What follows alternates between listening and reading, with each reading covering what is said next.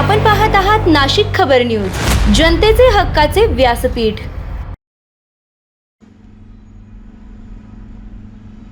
नाशिक विधान परिषद निवडणूक, नरेंद्र दराडे यांच्या विजयासाठी महायुतीची ताकद एकवटली। अपक्ष उमेदवार गोकुळ गीते आणि गणेश गीते यांचा पाठिंबा।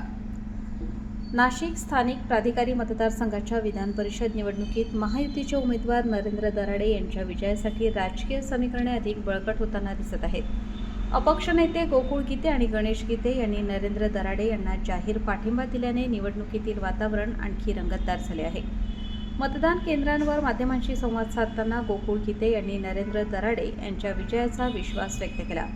स्थानिक स्वराज्य संस्थांमधील सदस्यांचा महायुतीला मोठा पाठिंबा मिळत असल्याचा दावा त्यांनी केला।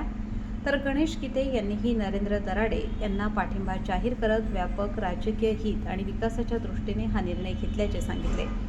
महायुतीचे उमेदवार म्हणून नरेंद्र दराडे यांना मतदारांचा सकारात्मक प्रतिसाद मिळत असल्याचेही त्यांनी नमूद केले। दरम्यान मतदान केंद्र परिसरात सकाळपासूनच विविध पक्षांचे नेते, पदाधिकारी आणि कार्यकर्त्यांची मोठी गर्दी पाहायला मिळाली। निवडणुकीचा निकाल कोणाच्या बाजूने लागणार याकडे संपूर्ण जिल्ह्याचे लक्ष लागले असून नरेंद्र दराडे यांच्या विजयासाठी महायुतीने पूर्ण ताकद पणाला लावल्याचे चित्र दिसत आहे। त्याचे चौकस्तंभ म्हणून आपण सर्व काम करत असता। ज्या दिवशी मी माझ्या बंगल्यावर त्या ठिकाणी पत्रकार परिषद घेतली त्या दिवसापासून आजपर्यंत माझा प्रचार थांबलेलाच होता। पण मी माझ्या कार्यकर्त्यांना पण त्या ठिकाणी सांगितलं होतं आपण त्या ठिकाणी प्रचार करतो, पण सोशल मीडियाच्या माध्यमातून कार्यकर्त्यांनी त्या ठिकाणी प्रचार चालू ठेवलेला होता आणि कदाचित त्या प्रचारामुळे थोडं जो काही महायुतीचे उमेदवार आहे त्याबद्दलचं निगेटिव्हिटी अजून वाढलेली असेल असं माझा समज आहे। म्हणजे गैरसमज झाला का, कोणी मुद्दामून अफवा पसरवली असं वाटतं? अफवा तर पसरवली आहे आणि वरच्या लोकांनी पण इतक्या हलक्या कानाचा राहून असं मला वाटतं। कोणी जरी अफवा केली तर त्या ठिकाणी गोकुळ गीते स्वतः मतदारांच्या गाठीभेटी घेत आहे। पण मी त्यांना सांगितलं तर असं काही प्रूफ असेल तर मला द्या तुम्ही, मी कोणाला भेटलो असेल। आपण निरीक्षक देखील या ठिकाणी नेमके असं देखील सांगितलं। वास्तविक काय झालं, या ठिकाणी लोकशाही मजबूत होण्यासाठी आणि निवडणूक माझं बॅलेट पेपर नाव त्या ठिकाणी आलेलंच होतं।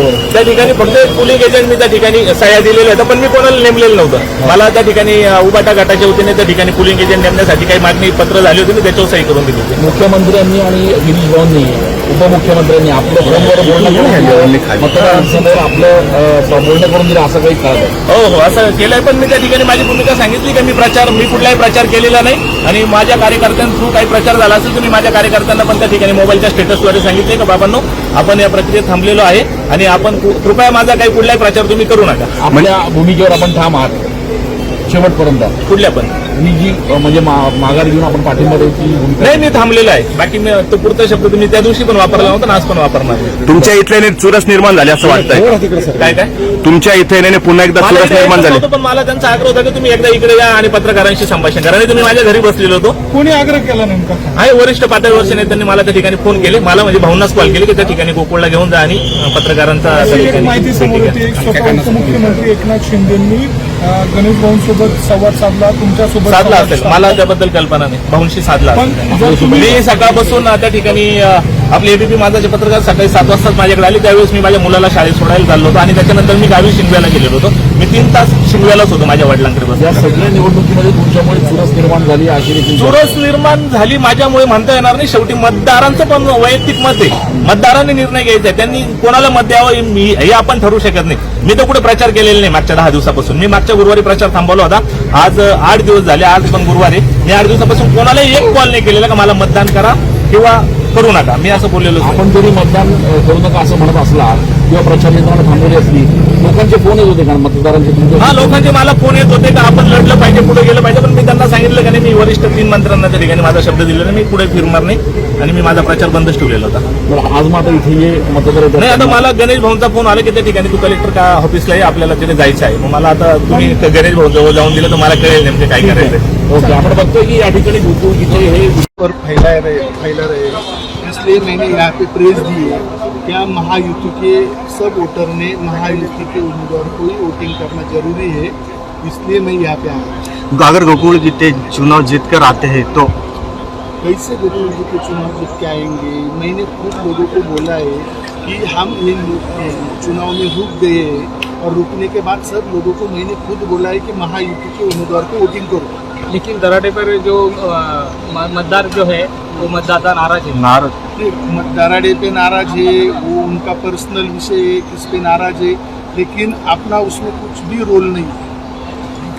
ओके थँक्यू भाऊ भाऊ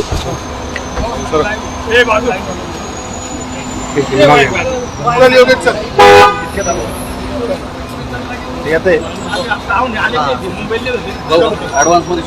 हा ना काढली इगतपुरीमध्ये एक जणांनी हा उद्योग केलेला आहे, तो मला माहिती पण आहे.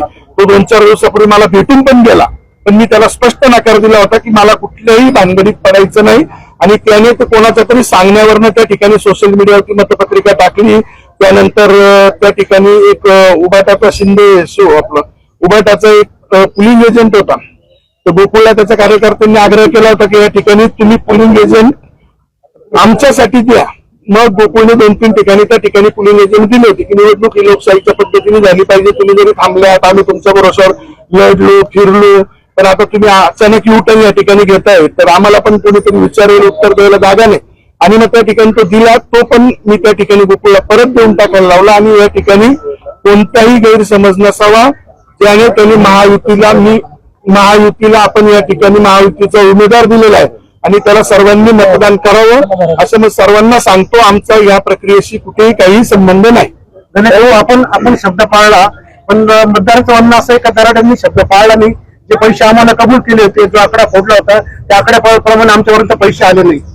तर बघा, दराड्यांचा माझा या ठिकाणी कुठेही संबंध नाही.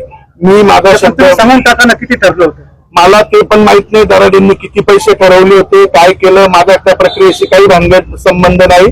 पण मला उगाच त्याच्यात कोणी उडू नये आणि मला वरती माझ्या नेत्यांकडे बदनाम करू नये ही माझी सर्वांना विनंती आहे. कारण या ठिकाणी आम्ही जर थांबलोय आणि उगाच आमच्या नावाने म्हणजे एका बाजूला आमचं निवडणुकीचं नुकसान झालं, दुसऱ्या बाजूला म्हणजे आम्ही चालू निवडणूक सोडली का ती माझ्या नेत्याच्या प्रेमापोटी सोडली. माझ्या नेत्याने मला सांगितलं की गणेश आपल्याला या ठिकाणी थांबावं लागेल, युती धर्म पाळावा लागेल, मी निश्चितपणे या ठिकाणी कुठेतरी तुला न्याय देईल, त्यामुळे मी ती चालू निवडणूक थांबवली. आता दराडे आणि तुम्ही जे विचारले ते दराड्यांना त्या मतदारांना माहिती, मला नाही माहिती ही भानगड काय. भाजपकडून व्हीप बजावण्यात आला आहे. शहराध्यक्षांनी इतिहासामध्ये पहिल्यांदा असं झालं की शहराध्यक्षांनी व्हीप दिलेला आहे. शहराध्यक्षाचा व्हीप लागू होत नसताना भाजपची जी भूमिका आहे ती समीक्षाच्या दौऱ्यात आहे. शहराध्यक्षांची भूमिका देखील संरक्षण दौऱ्यात आहे. बघा, या ठिकाणी माघारीनंतर 2 फॉर्म राहिले होते, त्यामुळे बॅलेटवर नाव आल्यामुळे कुठलाही पक्ष असो, युती असो, कोणी असो, भारतीय जनता पार्टी असेल, शिवसेना असेल, राष्ट्रवादी असेल, या ठिकाणी पक्षाचं व्हीप बजावणं काही गैर नाही. आणि त्या ठिकाणी त्यांना कुठेतरी वाटत असेल की व्हीप बजावला पाहिजे, त्यामुळे त्यांनी बजावला. गटनेता देत असतो, शहराध्यक्षांनी व्हीप दिलेला आहे. गटनेता देत असतो किंवा शहर अध्यक्ष देत असतो, तर त्या ठिकाणी गटनेता त्या दिवशी एखाद्या वेळेस नसेल, त्यामुळे शहर अध्यक्षांनी दिला असेल. पण मग तुम्ही त्या दोघांना विचारलं का नाही की तुम्ही का असं केलं, तुम्ही चूक सुधारून घ्यायला लागत होती. ही नेमकी अफवा कोण पसरवते? काल पण मोठ्या प्रमाणावर तुमची टीम सक्रिय झाली होती, अशा स्वरूपाच्या चर्चा सुरू झालेल्या होत्या. नेमकं कोण आहे याच्या मागे? तुम्ही रोज माझ्या संपर्कात आहात, तुम्ही माझ्या घराच्या शेजारी राहता. मी तुम्हाला कुठे या निवडणुकीत 10 दिवसात सक्रिय दिसलो? माझ्या घरी कोणी आलं, कोणी गेलं, आम्ही कुठेही नाही. पण या ठिकाणी लोक विनाकारण या गोष्टीला वेगळं वळण देत आहे आणि ती वेगळ्या मार्गाने नेत आहे. कारण का की आता इकडेही थांबले गोकुळ गीते, गणेश गीते, आम्ही आमच्या नेत्यासाठी थांबलो का की त्यांचा सन्मान व्हायला पाहिजे म्हणून त्या ठिकाणी आपण थांबलो. शिंदे साहेबांनी सांगितलं, देवेंजींनी सांगितलं, गिरीश भाऊंनी सांगितलं, त्यामुळे आपण निवडणुकीत थांबलो. आणि जर त्याचा कोणी गैरफायदा घेत असेल तर असं होता कामा नये. कारण या ठिकाणी हे कोणीतरी करतंय आणि तो माणूस मला पण माहिती आहे. एक तर मी आज इगतपुरीचं तुम्हाला सांगितलं, आता त्याच्याशी उद्या बोलू का बाबा तुझा काय हेतू हे करण्यामागे. आज मी उगाच निवडणूक करण्यात काही अर्थ नाही. पण तुम्ही याबाबत काही कारवाई करणार, कायदेशीर कारवाई करणार का जर मोठ्या मतपत्रिका जर अशा सोशल मीडियावर व्हायरल होत असतील?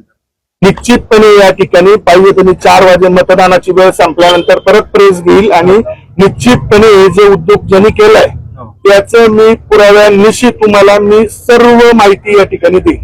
गणेशराव, मध्यंतरी महाजनांचं वक्तव्य होतं की नाशिकमध्ये गोकुळगीतांना अनुकूल वातावरण होतं, गोकुळगीतांना चांगलं वातावरण होतं. असं जर वातावरण चांगलं होतं तर असं असतानाही दराड्यांची एवढी लाडकाळ केली गेली. या ठिकाणी निश्चितपणे गिरीश भाऊंनी सांगितलं त्याप्रमाणे या ठिकाणी निश्चितपणे अनुकूल वातावरण होतं. वातावरण खूप चांगलं होतं, पण आता पक्षाचा युती धर्म पाळण्याचा नाईलाजास्तव हा निर्णय या ठिकाणी घ्यावा लागला. ते मतं पडतील किंवा पहिल्या पसंतीचे मतं गोकुळ गीतेला पडले तर तो चमत्कार समजायचा का? आम्ही तुमच्या समोर सांगतो, सर्वांनी दराडेंना मतदान करा. आमचा या निवडणुकीशी संबंध नाही. त्याच्यानंतर जर कोणी मतदान टाकलं तर त्याला आपण काही करू शकत नाही. शेवटी जनता जनार्दन आहे. गणेश राव, तुम्ही म्हणाले की दराडेंना मतं टाका. शरद पवार जेव्हा असं म्हणतात दराडे म्हणजे एखाद्याला मतं टाका, त्याचा अर्थ असा घेतला जातो की त्याला मतं टाकू नका, असा अर्थ घ्यायचा.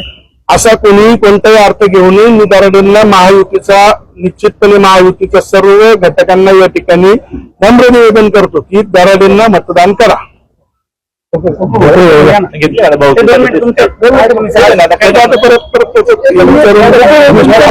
पेपरवर आहे आणि तुमच्या नावाचंच बॅलेट पेपर सोशल मीडियावर फिरवलं म्हणून तुमची बदनामी होते, अडचणीत आणण्याचं म्हणणं केलं जातं. कोण हे सगळं घडून आणतंय, काय यामागचा कट आहे तुम्हाला असं वाटतं? नाही, याबद्दल मला पुस्तकची काही कल्पना नाही. या ठिकाणी मला आपल्या माध्यमातून सकाळी काही फोन आले आणि वरिष्ठांची गणेश भाऊंना फोन आल्यानंतर मला सगळी प्रक्रिया कळाली की त्या ठिकाणी माझ्या नावापुढे पसंती क्रमांक 1 चिन्ह आकडा टाकून त्या ठिकाणी सोशल मीडियावर मतपत्रिका फिरवली जाते. या ठिकाणी काय आलं? हे मला गणेश भाऊंना वरिष्ठांनी सांगितले की एक पत्रकार परिषद कलेक्टर ऑफिसला तुम्ही घ्या आणि त्या ठिकाणी भूमिका स्पष्ट करा. ती भाऊंनी केलेली आहे. मला माझी वेगळी भूमिका मांडण्याचं काही कारण नाही. ज्या ठिकाणी गणेश भाऊ जे सांगतील ते मला मान्य आहे. तुमच्या संपर्कात होते का मतदारांनी काही तुम्हाला फोन केले किंवा काय? मतदार मला मागच्या 8 दिवसापूर्वी जेव्हा आपण प्रचार थांबवला तेव्हापासून मतदारांची इच्छा होती की मी त्या ठिकाणी पुढे कंटिन्यू करावं, पण मी त्यांना सांगितलं की मी गणेश भाऊंचा आदेश त्या ठिकाणी मोडू शकत नाही आणि गणेश भाऊंचा शब्द आमच्यासाठी अंतिम असतो कुटुंबामध्ये आणि तो शब्द मी पाळलेला आहे. मी पुढे त्या ठिकाणी प्रचार केलेला नाही. काल रात्री पण माझ्याकडे 200-250 लोक आले होते की आपण त्या ठिकाणी पुढे गेलं पाहिजे, किमान आपण पुलिंग एजंट दिले पाहिजे. तर मी 2-3 ठिकाणी खूप आग्रह खातर ते घरातून जात नव्हते म्हणून मी पुलिंग एजंटच्या कोऱ्या फॉर्म दिल्या. मग त्यापैकी इगतपुरीला कोणीतरी पुलिंग एजंट उभा टाचा, कोणी नगरसेवक त्या ठिकाणी बसला असेल तर त्याच्यात लोकशाहीमध्ये आक्षेप नसावा असं मला वाटतं. लोकशाहीची मतं तर कुठल्या तरी उमेदवाराला पडणार होते, फक्त पारदर्शकतेने पडलं पाहिजे असं कदाचित त्यांचं व्यक्तिगत मत असेल तर त्याला हरकत पुढे. त्यांनी ठरवलेलं आहे का शिंदेना मत नाही ते मत गोकुळ गीतेंना मिळणार का? ते उभ्या महाराष्ट्राला माहिती ना उभाटा आणि शिंदेचं काय चालू होते ते. आता परत कालपासून त्याच्यात अनेक काही घडामोडी घडतात, त्या विषयावर मी बोलू शकत नाही. पण महाविकास आघाडीची मतं, मालेगावची मतं ही तुम्हालाच अजूनही मिळतील अशी एकंदरीत माझं काही कोणाशी बोलणं नाही झालेलं आणि पडले तर त्याच्यात मी काही करू शकत नाही. ऑलरेडी त्या ठिकाणी आपण पूर्वी पण गरीब भावना हा शब्द विचारला होता की मतं पडली तर काही पण होऊ शकतं. चमत्कार होणार असं एकंदरीत चमत्कार वगैरे लोकशाहीमध्ये असे काही घडत नसता. लोकांनी दिलं तर काही होऊ शकतं. लोकांच्या मनात काही आपण सांगू शकत नाही. काय आव्हान करणार मतदारांना? नाही, मी काय जे गणेश भाऊंनी सांगितलं ते लोकांनी तसं पुढे करावं असं मला वाटतं. दराडेंना मतदान करा असं आव्हान करणार? नाही, मी माझा प्रचार थांबवलेला आहे. माझी कुठली सोशल मीडियावर त्या ठिकाणी कोणी माझ्या कार्यकर्त्यांनी पोस्ट मतदानाची व्हायरल करून ही थोडी विनंती मी आपल्या मार्फत करेन. थँक्यू. दागिन्यांची आवड आणि विश्वासाची जोड म्हणजेच मंडलिक बंधू सराफ. आमच्याकडे तुम्हाला मिळेल शुद्ध सोन्याची हमी आणि मन मोहून टाकणाऱ्या नवनवीन आकर्षक डिझाईन्स. तुमच्या जुन्या सोन्याला मिळवा अगदी योग्य दर आणि आमच्या सोप्या हप्त्यांच्या सुवर्ण बचत योजनेचा आजच लाभ घ्या. आमची नम्र आणि विश्वासार्ह सेवा तुम्हाला नक्कीच आवडेल. अधिक मासाच्या पवित्र पर्वानिमित्त खास फॅन्सी जोडवी, पैंजण आणि तुमच्या लाडक्या जावयासाठी वाण आमच्याकडे उपलब्ध आहे. तसेच मन प्रसन्न करणाऱ्या शुद्ध चांदीच्या देवदेवतांच्या मूर्ती, पूजा साहित्य आणि भेटवस्तूंचा खास संग्रह एकदा नक्की पहा. उत्तम गुणवत्ता आणि विश्वासाची खात्री. आजच सप्रेम भेट द्या मंडलिक बंधू सराफ यांना.